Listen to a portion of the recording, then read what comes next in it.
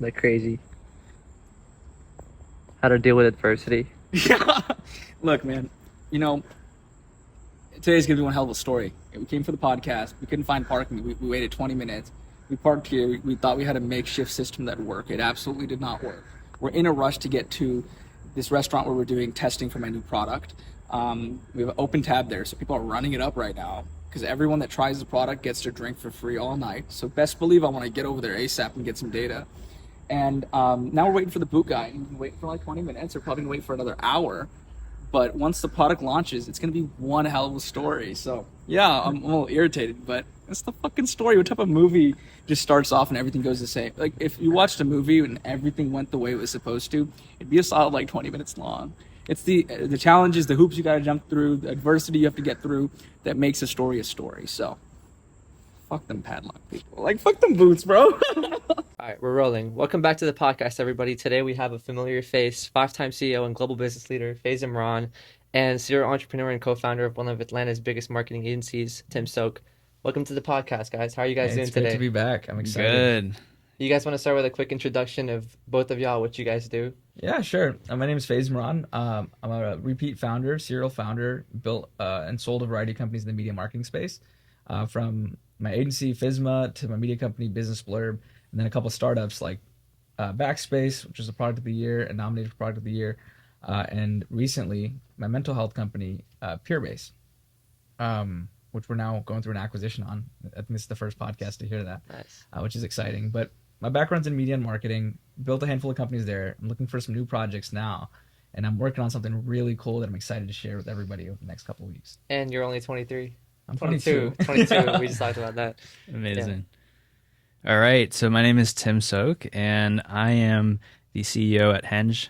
Henge is a performance marketing agency that I built over the past 2.5 years, basically working on scaling up any type of online business through paid advertising. Spent over $10 million on ads, and really just gotten through the marketing hustle and learning about how to scale big businesses. And now I'm trying to basically take all my learnings and talents and scale it into the biggest problem right now, which is the education system and educating the next generation of human beings through a ed tech platform that I'm creating called Observe, which we'll get into. But basically had some success in the agency realm, decided that I didn't really love the multiples in the business model of the agency world, and wanted to figure out how to make a larger impact through tech. I get it, man. I think agency founders in their 20s are like legendary SaaS founders. I mean, just because you go from being in a service business and hustling and grinding and watching so many people build their businesses, Building their businesses Yes, for The them. idea of how to do it Yeah. yourself. yeah. So Yeah. that is cool. That's really cool. I wanted to ask you guys, this is something me and Faze were talking about in the car as well. I have a little bit of problem, younger than you guys, don't really know exactly what I want to go into. And I feel like a lot of people my age deal with this in entrepreneurship. And this is something that I heard Mark Cuban once talk about, is like everybody has something that they're very good at. And you guys have somehow, like to a certain extent, been able to find that thing for you guys. So do you have any advice on how other people can find that thing for themselves as well? So Faith, let me take this because this is exactly Yeah. what Observe, my edtech platform, does. Essentially, we have identified a huge problem in the education system. High school students, particularly juniors and seniors, are getting funneled into college or any other pathway without really understanding what the world of work entails, right? There's not a proper context horizon on every single career or job. So it's really hard to actually tell what you like early because the education system isn't necessarily built for that. So when you go into university, you have to choose your major, or you can go undecided, but a minority of students go undecided. So a lot of the students, when I was a student, and a lot of the students I talk to nowadays always tell me that they're switching their majors. So we've done customer discovery and found that about 70% of students switch their majors before graduating college, right? So this is a huge problem. And I would say the biggest thing to find that one skill or high level trade that you want to sink your teeth into is just exposure to all of them. So we do that at Observe through virtual and in-person means. As a student, you'd be able to book shadowing opportunities at businesses for X amount, and maybe your school would sponsor that for you, but we are currently working with schools in the Atlanta area to provide high school seniors this opportunity to basically career shadow any job that they want That to. is cool. That is really cool. So it's just try as many things as you can, and eventually you'll come across something that interests you. Exactly. Did you guys also have that experience? Because I know you said a little bit, like I used to try everything I possibly Yeah, could. no. A lot of it would When you're fail. young, the last thing you want to do is feel bad for switching things up. Like, just embrace it. Especially if you're in your teens or in your 20s, you're usually, for most people, you're never gonna have that time again where you can just go change a project, start a new project, change a project, try something new, not have to worry about bills in a lot of cases, especially if you're a teenager still living at home. You got nothing to lose. You got all the upside to try new things. You can always come back to something you liked.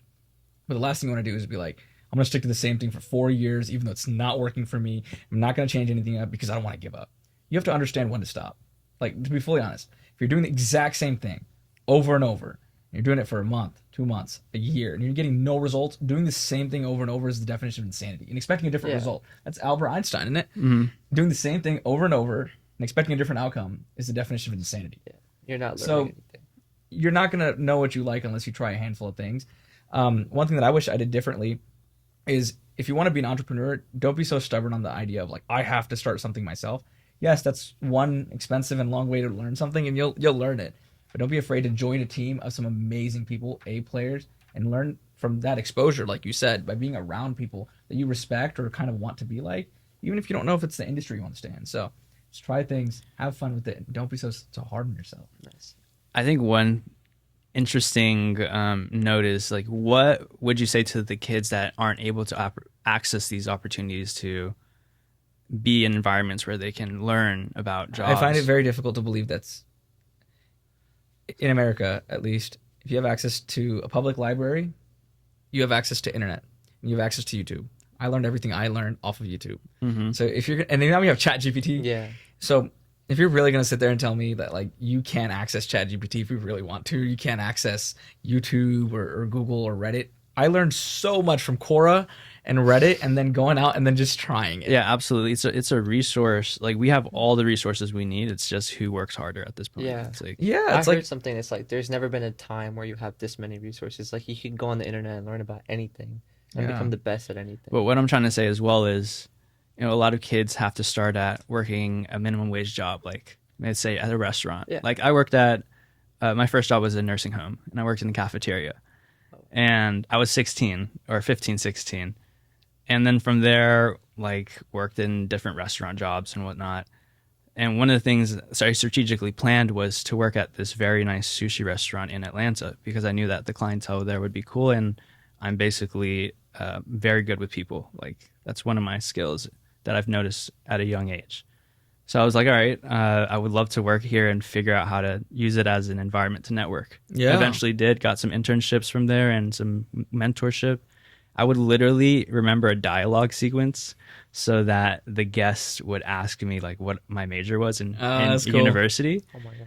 And they would always ask me about it, and I would say entrepreneurship because that was exactly what it was. But it's a newer, let's say, major. So they always Yeah. asked, "What do you do with that?" Yeah, And I was like, you're gonna starting go to school for that. Yeah, It's I was kinda- starting a tech startup at that time as well, a mobile app called Inspire. We raised about 15K in university, but didn't That's take cool. it to product market fit. But that was just, seeing how you could play it strategically, even if you don't Yeah. have those connections. There's always something that you could do. And I Exactly. remember Faiz told me that his way of doing that was LinkedIn. You'd send LinkedIn campaigns, and there was like years where you wouldn't have lunch alone at Yep. all. Yep, that's what I did. I had lunch every single day with a new person to meet people. But I like what you said. You can socially engineer conversations, like for an outcome. You know what I mean? And I honestly, I'm saying that out loud. It sounds like the definition of the word manipulation. but you can socially engineer. It's like, or you can call it manifesting. Like, you know what you want, you can go get it. But Exactly. so back on the topic about information, though. Yes, I don't think information is hard to get, but I think the issue we have now is there's too much information, and it's hard to sift through what information is relevant and what information is complete garbage. Yeah. To know what to ask, because that's the thing with like ChatGPT or when you Google something now, because there's so much information, you have to ask the right question, and it's really hard to know how to ask the right question unless you're around the correct people. That's why I think Observe is really cool. It gives students it helps them ask the questions they don't need to know, like they don't know to ask already. Right. By being around people that are emulating what they want to be. So I think that's really cool. Absolutely. I appreciate it. I want to ask, when did you come up with the idea for Observe? So I am not the original founder. Lawrence Chen, who he just turned 29 yesterday. So happy birthday, Lawrence. Happy birthday, Lawrence. So Lawrence, when he was going through his university years, his freshman, sophomore year, he noticed a pattern that all these students around him were confused, lost. He says lost a lot. Like they didn't know what they were doing. And he just recognized this pattern and had this idea of like, what if students could observe every single job in the world? Oh, that's cool. And he continued to work on it for honestly the past 9 years. And it's gone on and off because obviously like some people will believe in the idea that a lot of momentum will start to take off. And then it would stop because we need a team to actually create this mission, right? Yeah. So he had a couple teams, but now starting this January, we've really taken it seriously. And he's already won like pitch competitions and raised some money for it. So it's just like this idea just needs a little bit more energy. And I know that I can bring really amazing energy to ideas and specifically big ideas that I really believe in and that can change the world in a positive way. That's the thing about startups, man. Like, look, so I've had 2 venture-backed startups, and I've had so many that have failed that I can't even count. The thing about, and we've exited those startups, by the way, and some of their valuations are in the 8 figures. So I feel like we've done something. We didn't hit $1 billion unicorn company, but I learned a lot. The biggest thing we learned when it comes to a startup, it's either do or die. It's your whole life or it's not. Right. 110%, nothing else, or just don't even bother trying because there's somebody out there who's hungrier and will carry that momentum 100%. Because momentum is very important in a startup. You have a mission and you have an idea that the world will be a better place if your startup exists. And if it doesn't exist, somebody else will do it. Or it's so important that either you do it or somebody else will. It's a mission.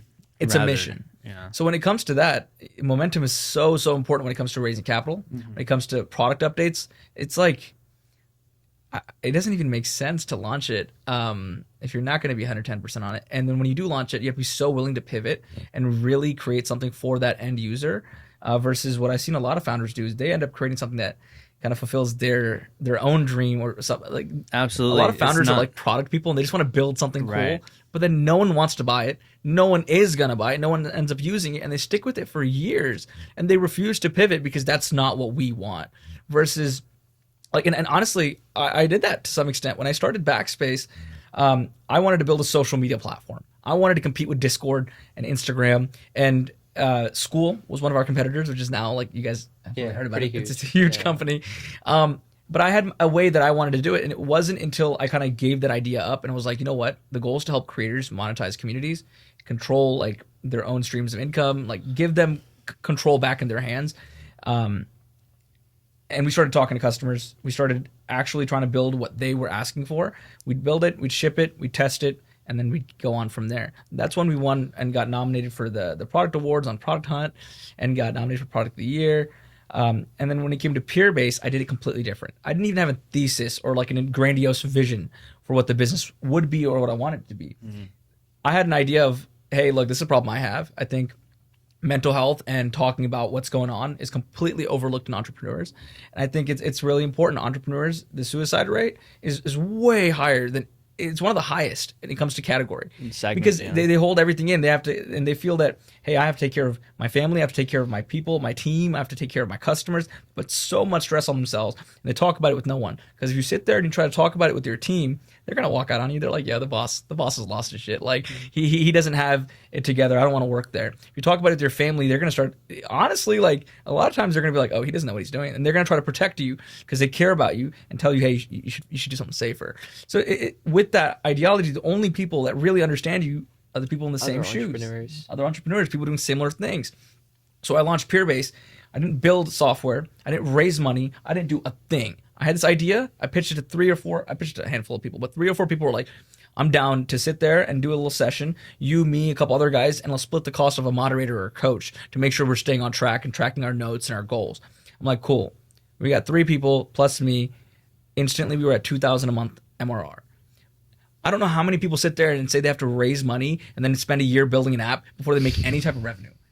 We did it off of nothing. It was a text message group chat. Second step, we're at 2K MRR, Airtable, Zapier, a whole bunch of other integrations. We put them together. We got to 4K MRR. Then we got to 6K MRR. We just kept climbing. And then, like, first time I raised for Backspace, it took me almost a year to get any money. We raised 6 figures and completed the round in 3 days for Peerbase because it was not about building a startup or a story. We gave people what they wanted, and we asked them exactly what they would pay for, and we did exactly that. And we figured out how to make it work with software, how to make it look sexy, how to sell it, the messaging for the rest of the world after. And we grew really, really fast. And actually recently stepped away as CEO. We brought in a new CEO for Peerbase, and now we're working through an acquisition and merger that will probably be done by the time this launches. That's why I'm able to talk about it. But yeah, build something people want. And when I say build, I mean like literally give them what they want. Absolutely. So many founders won't even accept I money. love that Like, you've already experienced the fast-paced iteration process of a startup. It's the That's only way to so go. important to just look at the data every day and pivot. and it's so much easier said than done. Yes. Like, especially if you're not like, yes. super technical. Yeah. You can't be married to the idea. You got to be married to the understanding that you want to make something people will pay for and they can't live without. Because it's a Exactly. business at the end of the day. You know, if you're doing a charity project or if you're doing something for fun or a passion project, build whatever you want by all means. But if you're trying to build a business, especially a business that can be backed by investors, you have to build something that people cannot live without and that they'll give you money for it before it's even done because it's such a big problem. I wanted to ask though, when it comes to startups, when it comes to starting the business, you guys talked about you've had a lot of ideas. You guys have had a lot of ideas. I want to ask, what's the process of going from that idea to implementing everything? So What's the biggest thing? Yeah, The biggest 'cause piece of advice? I would struggle with that too. I'd have a lot of great ideas. Until recently, this is my process. I have a great idea. Let's say the customer is, I'm not even going to do personas, I'm going to lose track of it. But if you have a great idea and you're not sure if you should launch it or not, take that idea, wrap it up, and try to sell it to somebody as if it already exists. If you try to sell it to 10 or 15 people and no one buys, go to the next idea. Like it's quite, I've heard it's just wait like- lists are really big. Like set up a No. wait list on your website. Yes and no, because when you set up a wait list, you're trying to build hype, you're building content, you're setting up a website, you're spending time on that website, you're making a logo, you're maybe making some type of tool, then you're going to present it to people, they're going to be like, yeah, I love it. And then they're not going to pay for it when you launch. So really take that idea and sell it. And if someone buys it, then go make that, drop ship the idea. Dropship the idea. Yeah. I would honestly agree with Faiz, and I think he has a lot more experience here in that space because we are in this phase of searching for our first couple of users. So, I mean, if you hear this, reach out if you're an interested student. Yeah. I think a lot of students would be interested. I know if I was in high school and I heard about something like that, that would be like really big because at that time I didn't know what I wanted to do. What would you either. pay for it? What would I pay for, like per month? How do you guys charge per month? Yeah, Subscription? we have a freemium model, so you'd be able to get a couple free experiences for careers, and then you would have to pay a little bit more for. I think that's like invaluable too. I'd go up to like. Give me a ballpark yeah. of what it would cost. So, $20 a month at our lowest And subscription. you would pay Yeah. for that? 100%. Yeah, You'd give him $20 right now if you'd pay for it. I will. All right. As soon as you guys. All right. Okay, see, that's how you get customers. That's a validation process, yeah. No, because the thing is, if he's actually going to give you $20 and he really does it, and you give him a login, go build it. But if he says, "I would pay for that," when you ask him to give him credit card information, he's like, "Let me know when it's launched." He will never pay for that. Like That's people, true. it's A lot there's of people book, do There's a that. lot of books around. It's called the mom test. People will say things to save your feelings, and they've done it to me. So now when somebody asks me if I like the idea, if I'm not going to give my credit card information, I'll just tell them, "Hey, I don't think I'm the niche. I will not give you money for this the way it is right now." And they might be like, damn, and they try to defend it. A lot of founders get so married to the idea of what they're working on because they poured so much into it and they defend their idea. Yo, no one's attacking your business. It's Not like emotionally you attached shouldn't have to to- defend yeah. it to your customer. Like you can sell it and the value should be clear. But if you're defending your idea, pivot. Please, for the love of God, pivot. Because you're going to sit there and you're going to spend years on a concept that you're defending because it's your baby when you shouldn't have to be defending your business. You should be selling it and people should be buying. Like, It's valid. I love that, and you I love just that too. literally changed a whole paradigm in my mind. no, but it's, Thoughts on everybody, like when it really clicks, it really clicks. Yeah. It really clicked for me for Peerbase. And this new brand I'm working on, you guys aren't ready. Yeah. It's gonna be wild. And what we did this time is when we had samples, our people tried to buy our samples and they gave me money for our samples. We couldn't even get to production without already having sales. I'm excited. It's gotta be big. It's gonna be big. That's gonna be big. I want to ask you guys though. We're talking about this. You talked about working in a cafe. I'm sure when you started first, you actually went to high school with my cousin. So I wanted to take you guys back to when you guys first started entrepreneurship. I'm kind of in that stage right now. He told me his first really big win was when you sold Visma, your marketing agency. I want to talk about your first really big win when you saw that this whole thing is actually possible. Because entrepreneurship starts as a dream and then it becomes into a reality. So what was that first thing? This is a funny story on my end because I got into entrepreneurship, I would say around the age of 18. Prior to that, I was definitely working on myself like super hard. Like I was on the early days of YouTube where you got some really solid actually information without like all the bullshit noise that you have today.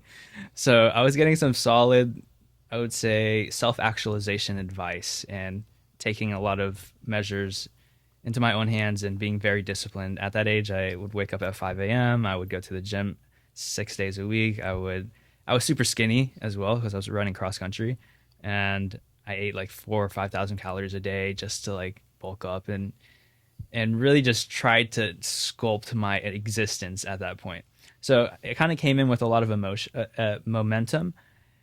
And at 18, I actually was working at Chick-fil-A, and I was working in the window, and I would always just ask, like, because I didn't want to work at Chick-fil-A anymore. I think I tapped out of like my growth. Yeah. So I was like, all right, let me figure out if anyone has a job that I could definitely do. So I would ask people at the window, and I eventually got a couple of hits. One guy was wanting to do a advertising network where basically you would put these TVs inside of like restaurants or regular stores, and they would be a slideshow of different businesses in the local area. So creating some type of like advertising network. And he wanted me to do the sales, so go business to business and like actually sell this service.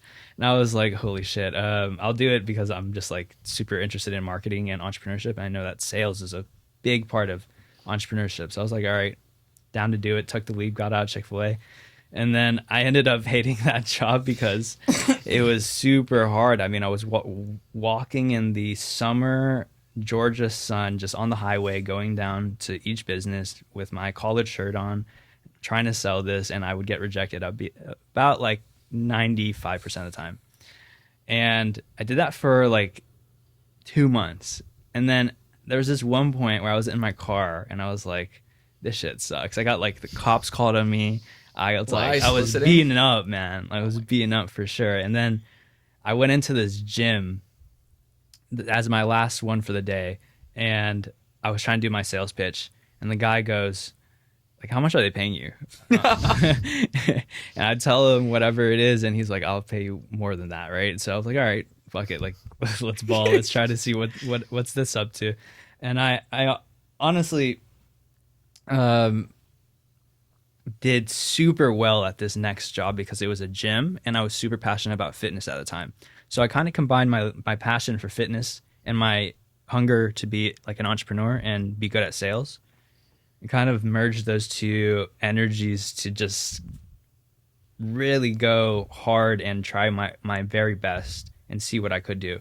Ended up being third in the entire state on the sales team in the first month. Nice. Yeah, just like cold calling. I went to like Walmart and just like handed people some trials and yeah, would just really hustle for it. Yeah. And then I got that opportunity. Then Inspire came around, which is the first app idea, and that got me into the tech scene and understanding how to be doing growth on the user side. Got some internships and went through the corporate route. So yeah, there's a lot of just entrepreneurial trials and errors to get to the point where I'm here, and I have, yes, an agency that was successful and is still successful, but trying to actually build a 9-figure, 10-figure startup. No, I think that some of what you said is really important. It's like sometimes it's not that you suck, you're just in the wrong environment. Like you crushed it in the right environment. Same Exactly. salesperson, but different result. And also, you have just to believe in the because- product. You know, Yeah, absolutely. you can't sell something you don't believe in, and that comes across. Like, you can tell when someone's being genuine and really believes what they're selling versus when someone's like, okay, Can't do you force want? that. Yeah. Yeah.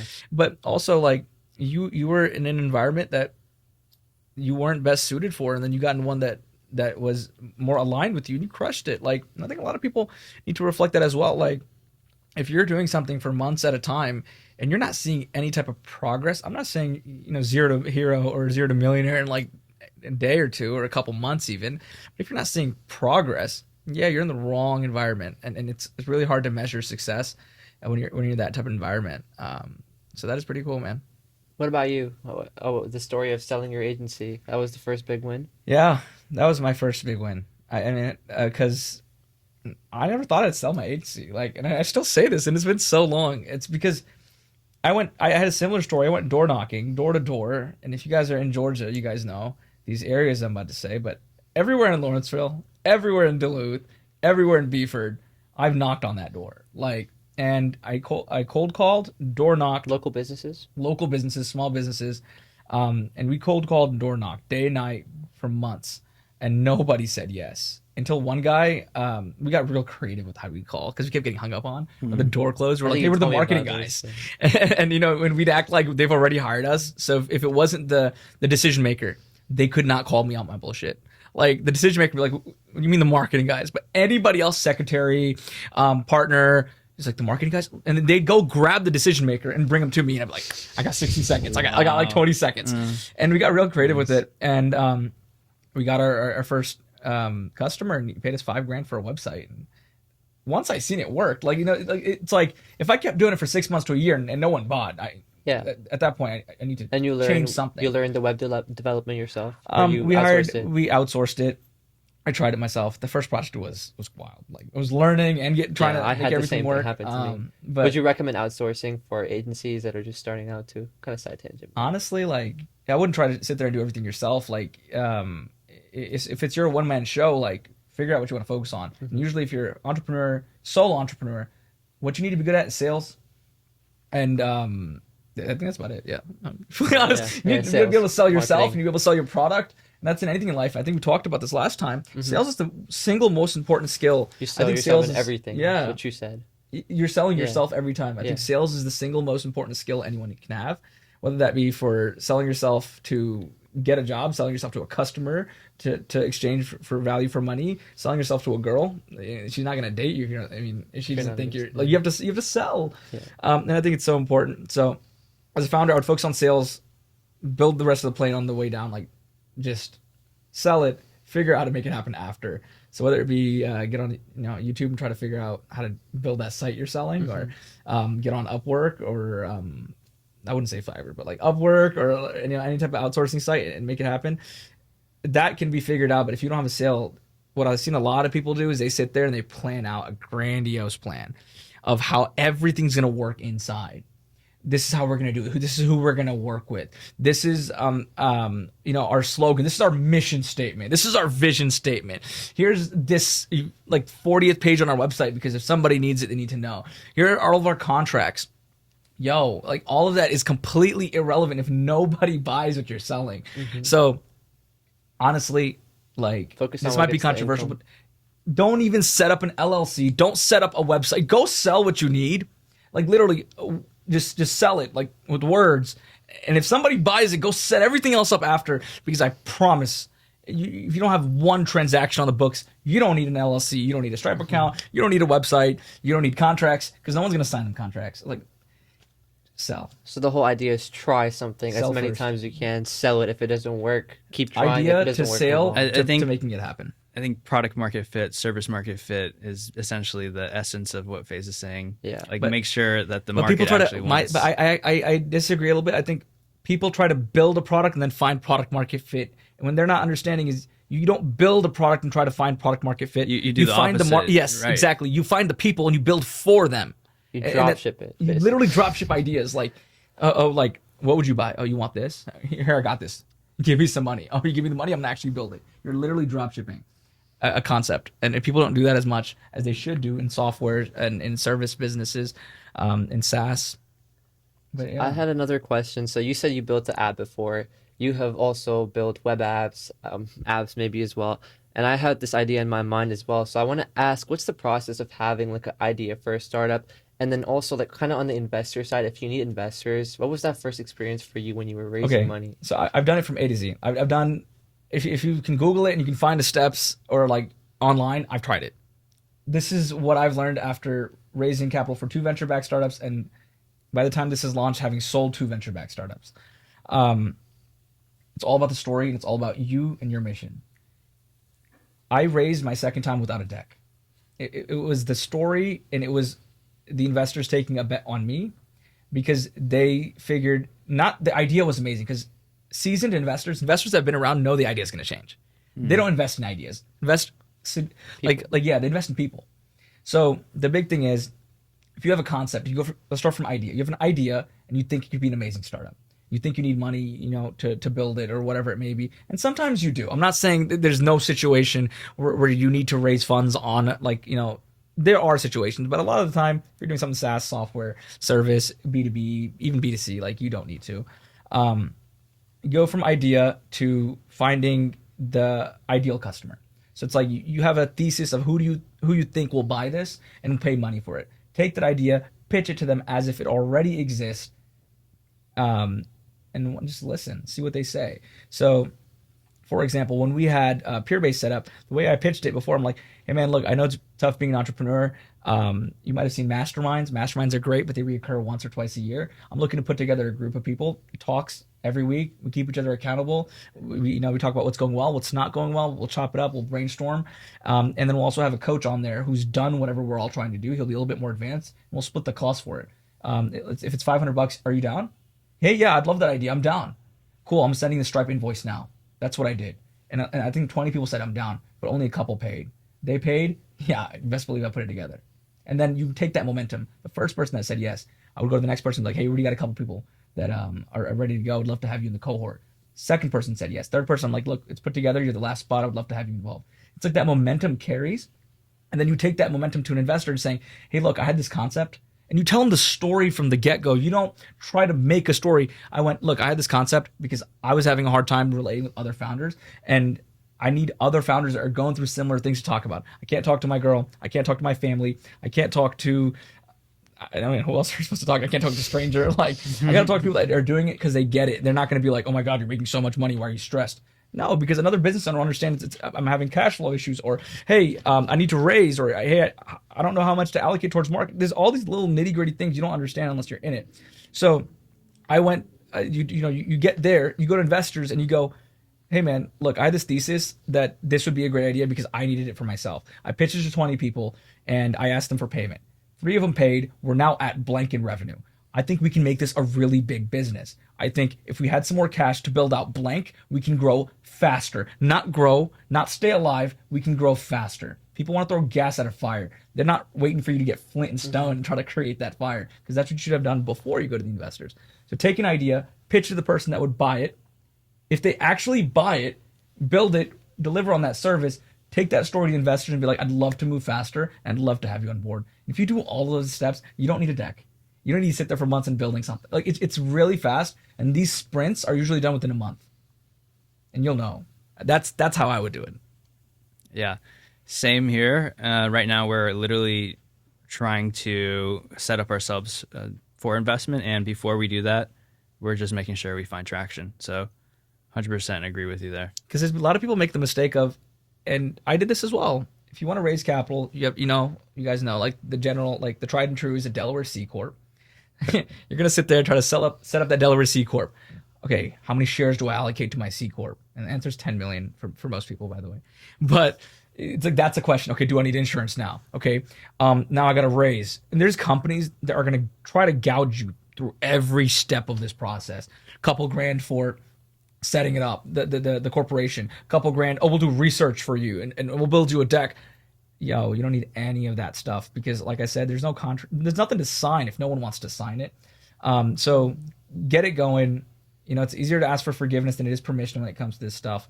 And you can cover and you can take care of everything that needs to be covered on the legal side after you get your first customer. Because before that, you don't have a business. You have a cool idea. And when people pay for it and you know exchange that value in that transaction, now you have a business. So investors like fifth step. It's first get the customer. Investors is when you have something that works and you want it to You go know it faster. works. Okay. And now, if you've built a startup a handful of times and you have a background, people will back an idea. Like now, when I go out and I'm saying, "Hey guys, I have an idea," people are like, "I'll throw money behind it." Okay. Yeah. But the thing is, now I don't need it. What if you need an investor to build the idea though? Like, give me an example. Like if it's an app that you have to pay maybe like $10,000 for, you want to raise. Yeah, but what does the app do? The app is it's doing a service, and a lot of times you can manually make it happen without putting the app together. Okay. So you don't necessarily have to I go don't think raise. There's so. still ways to go find and make Like it. so there's so many examples, but like with no code and how easy no code is now, you can hack things together. You could build like a simpler version of whatever you Yeah, want in the and if future it's as a well. really complex app and you really need to do that, the waitlist concept will work, but in an altered way. If you have people prepay for something at a half fraction of the cost, 50% off, if they're actually prepaying, it's of extreme value, and that you can also take to investors. Okay. And if you really have to build it, and I think this is more common in like health tech, with things where lab research, like there's a lot of hurdles to cross legally before you can even like you're allowed to start because people's lives are at stake, and otherwise you end up with wild scenarios like Theranos and Yeah. things like that. Fairness. Yep. I also want to ask about team building because that's a really big concept when you build that idea, when you have investors.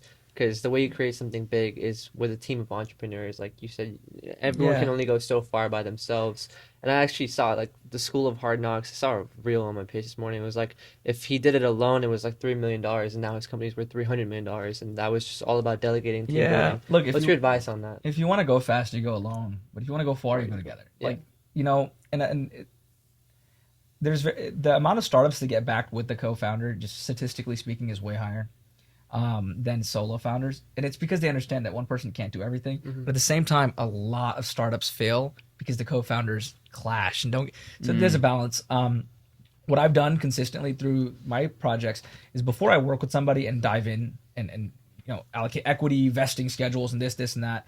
I'll do a test project with them. I'll hang out with them. I'll take up a hobby with them. I'll play a sport with them. And I swear to God, please don't try to rush it. Like if you gotta understand, startup is gonna be a baby, and you're gonna raise it over the next 4, 5, 6 years. Don't try to get in there trying to make a quick buck. So it is completely okay to spend a couple weeks exploring a hobby, a project, something fun, maybe a test or small sprint project with this person that you're gonna spend, essentially gonna get married to in the way of business. So, you know, spend some time, vet people slowly, get rid of people fast, and make sure you bring in people that are best at their craft and they're A players at what they do, and they bring that right type of energy around them. If they're not an A player, if they're a B player, if they're almost there, just don't do it. They have to be an A player, and you have to really trust that they know how to do their art way better than you can do it. What do you look for someone when you hire them, to the both of you? Also, like this is a question for students my age, like that want to work with companies like Observe or another startup, to like what would they have to do, what would they have to have, but also for other startups that want to hire, like what do you look for in someone? I look to for build a people that are team? hungry, like insanely hungry, because in the world of startups, everybody wants to be a unicorn founder. Everybody wants to be a Right. billionaire. I look for people that will. If there's two people and there's only one apple and one guy will starve and one guy gets to eat, I look for the person that will make sure he gets that apple, because that's what it is in startup land. Like there's VCs, they give out money, and then there's startups. And a lot of startups are competing for the same type of eyeballs and customers. One person is going to work. Okay, it's 6 p.m. Forget 5 p.m. They're founders, so it's like 6 p.m., 7 p.m. I'm going to sleep. And one guy's not going to sleep until he pushes that line of code. One guy's not going to sleep until he gets his first customer. It's the survival of the fittest. So I look for that person that will do whatever they have to do to win or get an edge over the next person. And a lot of accelerators look for the same. What is your edge? And if you don't have an edge, what are you willing to do to get that edge? So I look for that. You can just see it in somebody's eyes. I can tell when I have a conversation with somebody. I know if they're willing to do whatever it takes, or if they're willing to do whatever it takes until it's uncomfortable. And that's what I look for. Tim, what do you look for? I'm curious. So in the agency world, it's a bit different from the startup world as well, because there's a lot of optics that go into agencies. So you have to understand how you're presenting yourself to the client. So for me, and a lot of, I would say, agency owners, they hire offshore, right? Offshore talent. Mm-hmm. So it's like if we're gonna hire offshore talent, then baseline speak English. They don't have to do it completely like to the ninth degree, but they most likely won't be interacting in front of the clients or anything. So you'll have to then find someone who can do the account management, right? So it's just like understanding in an agency world, optics of how the talent looks, and then B, how specialized can that talent also be inside the business so that you can delegate and you can rise to the top to solve bigger problems.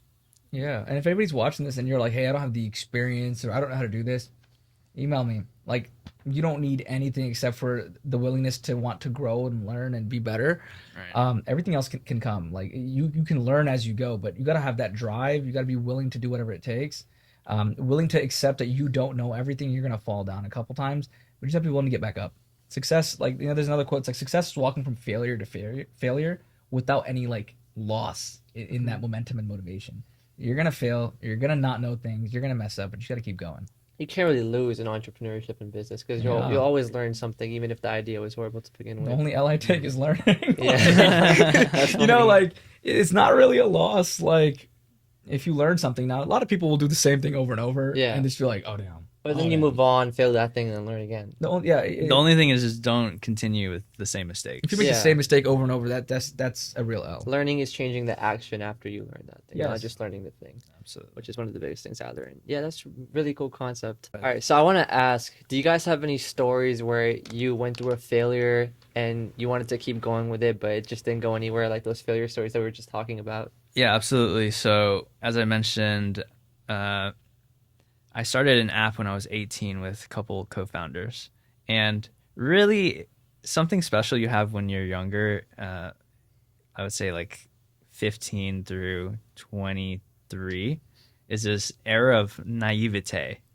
It's like you really believe that anything can happen, and if you fully embody that energy of being naive, and even if it's, I guess, not the best idea, just using that idea as a medium to learn, I think that's important for younger people, because at the end of the day, like, ideas are constructed by other ideas. Like, nothing is actually new if you think about it in the world, right? Everything's an iteration or a variation. So it's like sometimes you just need an idea that you feel passionate about to just learn what it feels like to work on something that you're passionate about. It might not go anywhere, but it might also go somewhere. And you shouldn't be attached to the outcome. You should just be attached to the outcome of allowing it to help you learn. So if you do that, right, it will open doors for you. So like when I was, again, building this app, which the purpose was to connect people who had similar goals. We called it Inspire, and we had goal groups, similar to like a Reddit, but with a scoreboard, kind of with Strava, right, where you could track different goals in any specific vertical. Definitely didn't go anywhere, but we raised money and I got into the university accelerators, and it allowed me to even get to know Lawrence, who now I'm working with, Observe with, right? So it opened doors to things that I just never knew would happen. Another door it opened was to one of my first internships at Steady, which I was on the user growth team. So I'm very familiar with user growth and all of the back ends there, because I went through that specific career vertical at first because I built this app. So none of that would have opened up if I didn't just try to do something, even if I didn't think it was the best It's like idea. a recurring theme too, what you were telling us about the Chick-fil-A, and then you met somebody. Absolutely. And then that I person have a went to your very gym interesting, internship. interesting life where the dots will just connect for No, me. but it's because you're That is- manifesting. yeah. You're without realizing you're lining yourself up to take those opportunities. Because you could have been working at Chick-fil-A and not asking people for jobs. You could have you were open to it without realizing it. Absolutely. And I think, being young and naive is the most beautiful thing, because if you know too much, things are too scary. When I started a social media company, everyone was like, "Faiz, that's wild. That's wild." And there was some part of me that was educated, but there was a large part of me that was really just naive. But And it I gives was you not- fearlessness. it gives you fear. You're a savage. You walk into that room not knowing anything but willing to learn. And by the time you realize how difficult it is, like what you're trying to do, you're already halfway there. So it's Exactly. like just go in there. Don't be afraid. But, And then it's the momentum of doing big things Yeah. early on. When I was 22, that was when I started Henge, my marketing agency. And I was working with very, very big companies spending about like 30K plus a day on ad spend. You know, everybody around me was 30 plus. So I was just a young kid there managing a lot of budget and being the CEO at this agency, seeing how they treated me with the same conviction that I treated the job with was very nice, because it just made me realize like I can do this. And once you get that confidence under you that you can solve these big problems and people can respect you for it just like they would respect any other profession as a young person, then that's all you need. You have this now acquired reflection of who you can be in the world. yeah, It's like you're growing into it. you gotta take that leap. Sometimes you just gotta jump before you know where you're even jumping to, and by the time you land, you get back on your feet. You're like, huh, I can do this. Like a lot of people spend way too much planning. They psych themselves out, and they never end up doing anything amazing because they were just scared. The fear of what would happen. What are people gonna say? I'm gonna look stupid if it fails. But you guys don't even know what the other side even holds. So just go for it. And another thing Yeah. is regret is the worst feeling you could ever have. Yeah. And while you're young, you have the least amount of risk. You talked about this earlier. Yeah. You don't have a family that you have to take care of that is counting on you to bring in You have bread. nothing to lose. Yes, exactly. So you You have really all don't. to gain. And don't get me wrong. Some people come from different situations, and I understand that. Yeah. So you know, it might be a little bit more difficult, but you will never be 20 again. You will never be 15 again. You will never be 30 again or 40. It's just like everybody's living for the first time. Just shoot your shots and go for it. Like, and don't be afraid of what could happen. If anything, if you want to be afraid of something, be afraid of what you might have missed out on if you don't try. That's what I think. When I'm about to take a really risky move, like this new project I'm launching, I'm putting a lot behind it, and we're not raising anything. And I sat there, I'm like, do I really want to do this? I was like, do I really want to find out what happens if I don't do this? Pain and regret. We is set more the than wire. that. Yeah. We made the move. Like, it's like money comes and goes. Like, you know what won't come and go is that experience, me being in that exact spot, in that exact situation, sitting there. Do I do this or not? Like, do I find out what's on the other side or not?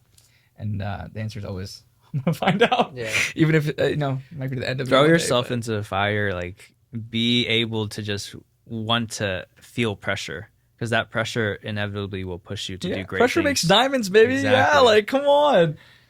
Pressure's the more pressure you can take, the higher I would say your net worth is definitely. Yeah. Like, it's a correlation. It's been nice having you guys. I want to ask you guys, what's next for both of you? I'm excited. I'm launching. Let's see how much we want to say. I'm launching a new brand. This is the most I've ever put behind a brand personally. And this is the most effort that I have also put in a brand pre-launch. I know I talked a lot about getting ideas fast. I'm doing it as physically possible, like as fast as I can physically do it. But there's some regulation. There's a lot of things to jump and hoop on. And after this podcast, we're actually, doing some more trials and tests on the actual product, which you guys will understand later. But keep your eyes peeled. I'm launching a new brand. I think everybody could be a customer, and we're gonna go we're taking a big swing. So that's what I'll say. Just to watch my story, you'll see little sneak peeks. And hopefully we'll be collaborating with Tim, Ayan. We're collaborating with everybody on this new brand. So we're excited. What about you? Awesome. On my end, I will be continuing to go all in on Observe, and as we're launching in the next 90 days, I'm gonna get you as the first customer here. I Can't got you. wait. I got you. You guys And- also work with college students as well? Absolutely. So our core target market is going to be high school seniors and college freshmen, as well as anyone in that age range. So 17 through, say, like 20. I'll definitely put a link in the description because that's our target audience as well. So hopefully, Awesome. Yeah, we just want to help people, save the time and money that they would be choosing on a career path.